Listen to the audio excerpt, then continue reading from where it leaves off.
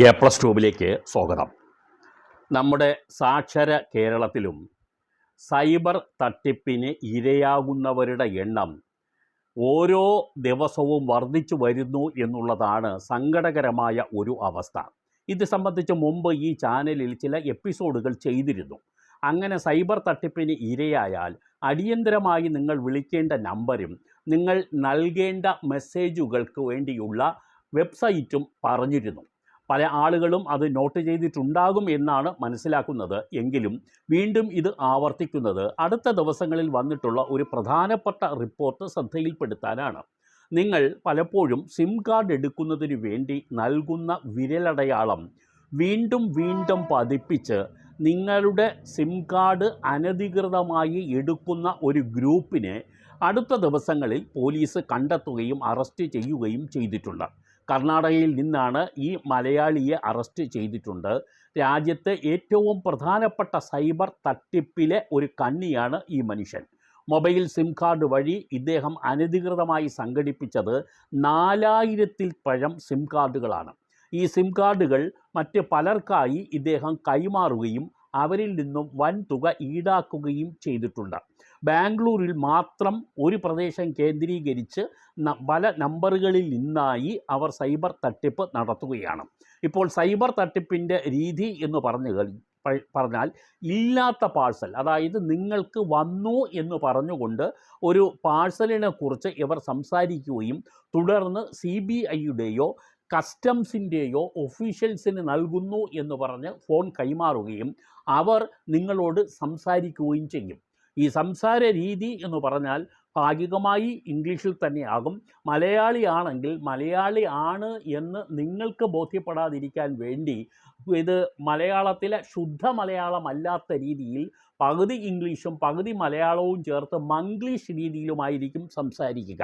ഇതിൽ പറയുന്നത് നിങ്ങൾക്ക് വന്നിരിക്കുന്ന പാഴ്സലിൽ ഈ മയക്ക് മരുന്നുകൾ, ഡ്രഗ്സ് ഉൾപ്പെടെയുള്ള പല കാര്യങ്ങളും ഉണ്ട് എന്നും അത് കണ്ടുപിടിച്ചിരിക്കുന്നു എന്നും അത് നിങ്ങളെ അതിൽ നിന്നും രക്ഷപ്പെടുത്തുന്നതിന് വേണ്ടി നിങ്ങളിൽ നിന്നും പണം ആവശ്യപ്പെടുകയും ചെയ്യുകയാണ് രീതി.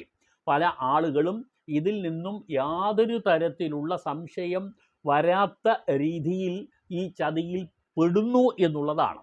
സംശയിക്കുന്ന ആളുകൾ തുടർന്ന് പലതരത്തിൽ ബന്ധപ്പെടുന്നുണ്ടെങ്കിലും ഉദ്യോഗസ്ഥ തലത്തിൽ നിർണായകമായ ആദ്യത്തെ 1 മണിക്കൂറിനുള്ളിൽ നിങ്ങൾ വിവരം കൈമാറിയാൽ മാത്രമേ നിങ്ങളിൽ നിന്നും ഏതെങ്കിലും ബാങ്ക് അക്കൗണ്ട് മുഖേന ഇവർ തുക അടിച്ചു മാറ്റിയിട്ടുണ്ടെങ്കിൽ അതിന്മേൽ നടപടി ഉണ്ടാകുകയും ചെയ്യുകയുള്ളൂ.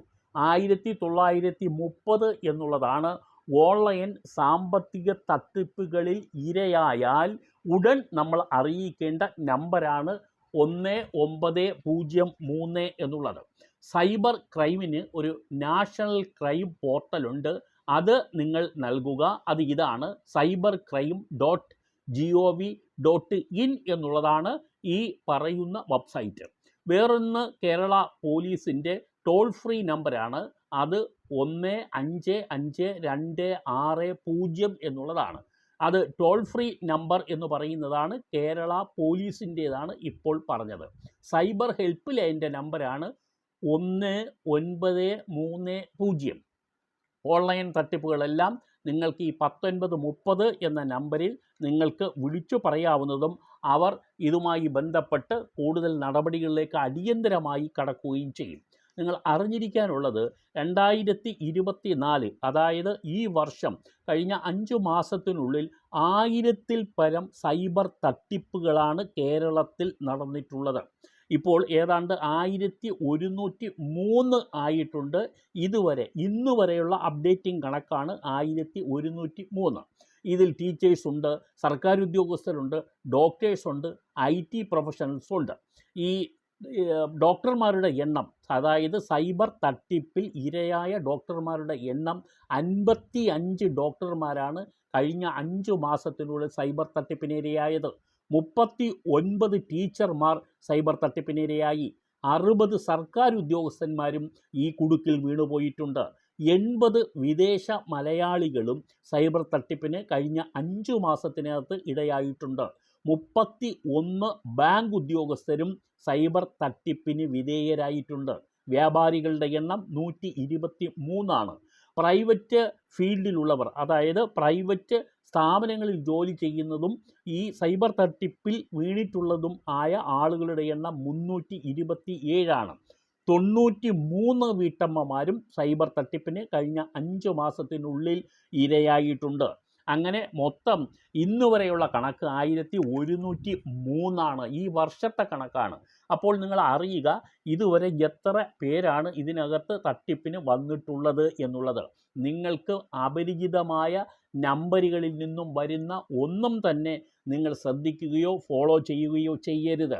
നിങ്ങൾക്ക് ലോട്ടറി അടിച്ചിട്ടുണ്ട് എന്ന് പറഞ്ഞും ഷെയർ മാർക്കറ്റിൽ നിങ്ങൾ അറിയാതെ എടുക്കപ്പെട്ട മെമ്പർഷിപ്പ് ഉപയോഗിച്ചുകൊണ്ട് നിങ്ങൾക്ക് വൻതുക അടിച്ചിട്ടുണ്ടെന്നും അതുപോലെ ലോട്ടറി അടിച്ചിട്ടുണ്ടെന്നും ഒക്കെ പറഞ്ഞുകൊണ്ട് നിങ്ങളെ വിളിക്കാം.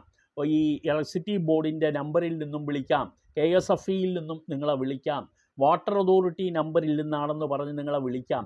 ഇതെല്ലാം തന്നെ ഫൗൾ പ്ലേ ആണ്. അധികമായ തുക അടയ്ക്കാൻ ആവശ്യപ്പെട്ടുകൊണ്ട് ഔദ്യോഗികമായി ഏതെങ്കിലും മെസ്സേജ് നിങ്ങൾക്ക് വന്നിട്ടുണ്ടെങ്കിൽ അത് ഔദ്യോഗികമാണെന്ന് ആദ്യം സ്ഥിരീകരിക്കണം. അതിന് നിങ്ങൾ നേരിട്ട് തന്നെ ഈ ബന്ധപ്പെട്ട ഓഫീസുകളിൽ പോകണം. അല്ലാതെ നിങ്ങൾക്ക് വരുന്ന മെസ്സേജിൻ്റെ പേരിലോ ഫോൺ കാളിൻ്റെ പേരിലെയോ ഒരു കാരണവശാലും നിങ്ങൾ 1 രൂപ പോലും നിങ്ങൾ അയച്ചു കൊടുക്കരുത്. നിങ്ങളെ ഒരു തരത്തിലും നിങ്ങളെ ബാങ്ക് നമ്പറിൻ്റെ വിവരങ്ങളോ നിങ്ങളെ ഓൺ ടൈം പാസ്വേഡ് അയച്ചിട്ട് അതിൻ്റെ വിവരങ്ങളോ നിങ്ങൾ നൽകരുത്. നിങ്ങളുടെ യാതൊരു തരത്തിലുള്ള KYC വിവരങ്ങൾ, നിങ്ങളെ സംബന്ധിച്ചുള്ള ബാങ്ക് അക്കൗണ്ട് ഡീറ്റെയിൽസ് ഉൾപ്പെടെയുള്ള കാര്യങ്ങൾ നിങ്ങൾ ഒരു കാരണവശാലും കൈമാറരുത് എന്ന് 100 വട്ടം നിങ്ങളെ ഓർമ്മിപ്പിക്കുന്നു. ദിനം പ്രതി പല വിധത്തിലുള്ള തട്ടിപ്പുകൾ വരികയാണ്. ഈ തട്ടിപ്പുകളിൽ നിജസ്ഥിതി അറിയാതെ 1 രൂപ പോലും നിങ്ങൾ നൽകരുത്. നിങ്ങൾക്ക് ആരും 1 രൂപ പോലും സൗജന്യമായി നൽകില്ല എന്ന് ആദ്യം അറിഞ്ഞിരിക്കുക. 2 ലക്ഷം രൂപ നിങ്ങൾക്ക് ചാരിറ്റിക്ക് വേണ്ടി അയക്കുന്നു, 10 ലക്ഷം നിങ്ങളെ ചാരിറ്റി ഫണ്ടിലേക്ക് വേണ്ടി അയച്ചു നൽകുന്നു, നിങ്ങൾ അതിലേക്ക് വേണ്ടി തിരഞ്ഞെടുത്തിരിക്കുന്നു എന്നൊക്കെ പറഞ്ഞിട്ടുള്ള മെസ്സേജുകളും നിങ്ങൾക്ക് വരാം. ഇതെല്ലാം തട്ടിപ്പാണെന്ന് മനസ്സിലാക്കുക. ആരും സൗജന്യമായി 1 രൂപയും ആർക്കും നൽകാറില്ല. തട്ടിപ്പിൻ്റെ ഭാഗമായി നിങ്ങളെ വിശ്വസിപ്പിക്കുന്നതാണ്.